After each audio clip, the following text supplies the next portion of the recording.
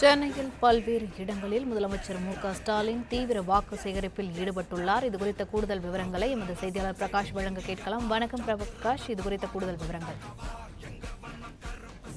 திமுக தலைமையிலான மதசார்பற்ற முற்போக்கு கூட்டணி சார்பில் திருவொற்றியூர் தொகுதியில் போட்டியிடக்கூடிய மார்க்சிஸ்ட் கம்யூனிஸ்ட் கட்சியினுடைய வேட்பாளர் சுந்தரராஜனை ஆதரித்து தற்போது முதலமைச்சர் திரு ஸ்டாலின் திருவொற்றியூர் சட்டமன்ற தொகுதியில் வீதி வீதியாக நடந்து சென்று வாக்கு சேகரித்து வருகிறார். அந்த காட்சிகளை தான் பார்த்து வருகிறோம். தற்போது தமிழ்நாடு முழுவதும் சுற்றுப்பயணம் மேற்கொண்டு முடித்து இருக்கக்கூடிய முதலமைச்சர் திரு ஸ்டாலின் இன்று மாலையில் இருந்து சென்னையில சுற்றுப்பயணம் மேற்கொண்டு வருகிறார். சென்னையில மயிலாப்பூர், ஆயிரம் விளக்கு, டி நகர் உள்ளிட்ட சட்டமன்ற தொகுதிகளில் திமுக சார்பில் போட்டியிடக்கூடிய வேட்பாளர்களை ஆதரித்து பிரச்சாரம் மேற்கொண்ட முதலமைச்சர் திரு ஸ்டாலின் தற்போது திருவொற்றியூர் தொகுதியில பிரச்சாரம் மேற்கொண்டு வருகிறார்.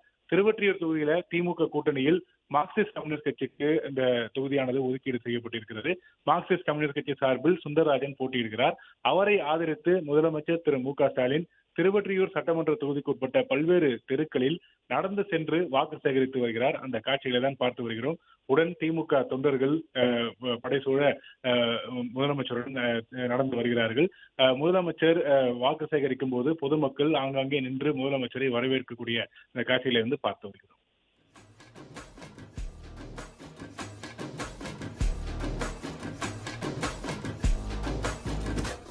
விவரங்களுக்கு நன்றி பிரகாஷ்.